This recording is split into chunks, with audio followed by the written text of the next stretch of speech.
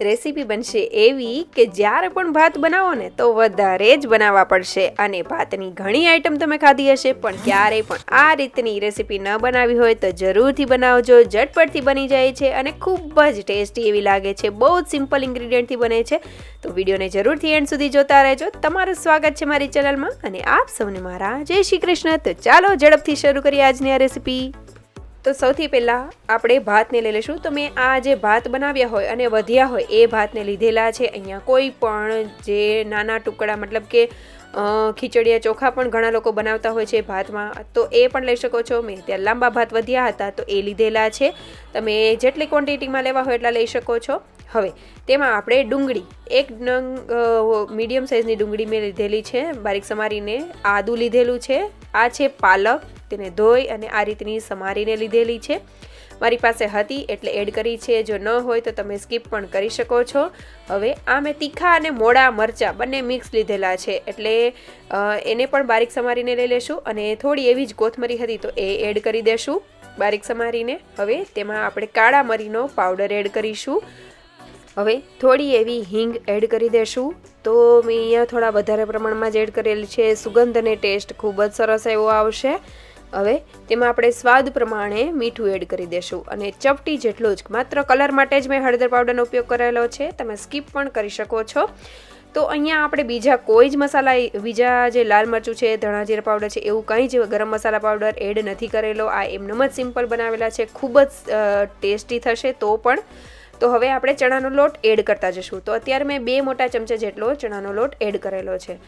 ફરીથી બધી વસ્તુ મિક્સ કરીને ફરીથી આપણે ચણાનો લોટ એડ કરીશું. તો ફરીથી મેં 1 ચમચો જેટલો ચણાનો લોટ એડ કરેલો છે. આ રીતે તમારે જેટલા પણ ક્વોન્ટિટીમાં ભાત હોય એ રીતે થોડો થોડો ચણાનો લોટ એડ કરતો જવાનો અને મિક્સ કરીને આ રીતે પાણી એડ કરતા જઈને જે બેટર છે એ બનાવવાનું છે.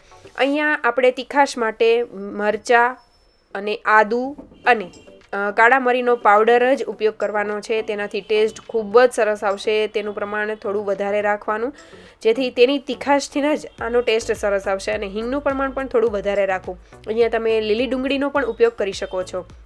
તો હવે આપણે આ રીતનું બેટર તૈયાર કરી લેવાનું છે અને માત્ર બહુ વધારે લોટ પણ નહીં એડ કરવાનો અને અતિશય ઓછો પણ નહીં એડ કરવાનો. એ રીતનો લોટ એડ કરવાનો અને પાણી એડ કરતા જઈને આ રીતનું બેટર કરી લેવાનું છે. હવે મેં અડધા લીંબુનો રસ એડ કરેલો છે. થોડી ખટાશ આવી જાય એટલા માટે તમે અહીંયા છાશ કે દહીંનો પણ ઉપયોગ કરી શકો. અને તેમાં મેં ચપટી જેટલો જ ભજીયાનો સોડા એડ કરેલો છે. તો આ રીતે આપણે બંને વસ્તુને મિક્સ કરી લેશું અને બેટરને તૈયાર કરી લેશું. તમે જોઈ શકો છો કે મેં કઈ રીતનું બેટર રાખ્યું છે. ઇનકેસ તમે પાડતા ટાઈમે તો થોડું એવું કઠણ લાગે તો થોડું પાણી એડ કરીને તેને એડજસ્ટ પણ કરી શકો છો. પણ વધારે ઢીલું ન રાખવું કારણ કે તેમાંથી બહુ બધી મમરી પણ પડશે અને જો વધારે બેટર ઢીલું હોય તો તેલ પણ પી જવા કરે એટલા માટે. તો આ રીતનું સરસ એવું બેટર તૈયાર થઈ જાય અને તેલ સાઈડમાં મેં ગરમ કરવા માટે મૂકી દીધેલું હતું. તો તમે જોયું ને કેટલી સરળતાથી બેટર બની જાય છે. તેલ મૂકો ત્યાં તો બેટર બનીને તૈયાર થઈ જશે. અહીંયા કોઈ રેસ્ટ આપવાની કે કંઈ વધારે મસાલા એડ કરવાની પણ જરૂર નથી. ફટાફટ બનીને તૈયાર થઈ જાય તેવા છે આ ભજીયા. તો હવે આપણે તેલ મીડિયમ ટુ હાઈ ફ્લેમ ઉપર આપણે તેલને ગરમ કરીશું અને સરસ એવું તેલ આવી જાય એટલે આપણે ભજીયાને પાડી દઈશું.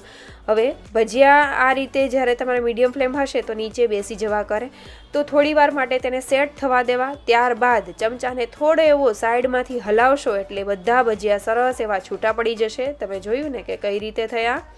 એ રીતે જ સરસ એવા ભજીયા છૂટા પડી જશે અને આ ભજીયા ઉપરથી સરસ એવા ક્રિસ્પી પણ બનશે, સોફ્ટ પણ બનશે. ભાતને લીધે બહુ સરસ એવો ટેસ્ટ પણ આવશે, અંદરથી જાળી પણ પડશે. બહુ સરસ એવા ભજીયા બનીને તૈયાર થાય છે.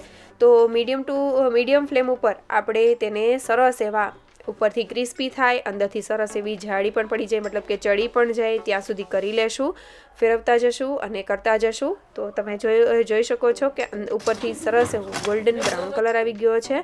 તો હવે ભજીયા પણ સરસ એવા ચડી ગયા છે તો તેને બારે લઈ લેશું અને કેટલા ક્રિસ્પી બન્યા છે તમે જોઈ શકો છો. અવાજ પણ સાંભળી શકો છો. હવે આપણે બીજી બેચ એડ કરી દઈશું. તો ત્યારે મેં મને એવું કઠણ લાગતું હતું એટલે મેં થોડું એવું જ પાણી એડ કર્યું છે અને ભજીયાને આપણે પાડી દઈશું મિક્સ કરીને.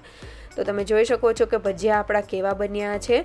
અને સાઈડમાં તમે જોઈ શકો છો કે દહીંની ચટણી પણ બની રહી છે. તો જનરલી અમારા ઘરમાં જ્યારે પણ આ બનતા હોય ને ત્યારે આપણે આંબલીની ચટણી કે ગ્રીન ચટણી કે એવું કંઈ ન હોય ને તો આ દહીંની ચટણી અથવા તો ઘાટી છાશ હોય તો તેની પણ ચટણી બનાવીને તેને સાથે સર્વ કરી શકો છો. ફટાફટ ઘરમાં જ બધી વસ્તુ રહેલી હોય છે ને એનાથી જ સરસ એવા બની જાય છે.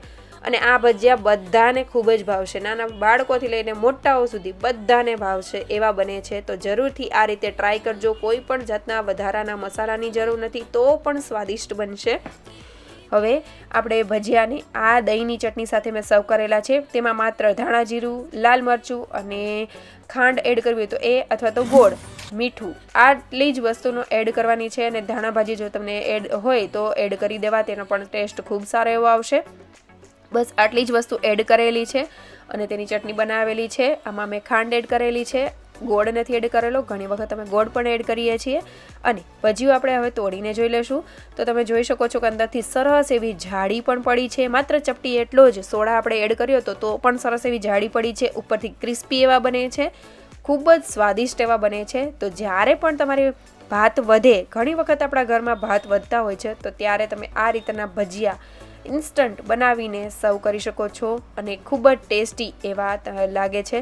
તો જરૂરથી આ રેસીપી ટ્રાય કરજો અને આ રેસીપી તમને કેવી લાગી એ મને કમેન્ટ કરીને જણાવજો. અને સારી લાગી હોય તો લાઇક, શેર અને સબસ્ક્રાઈબ કરજો. Thank you for watching.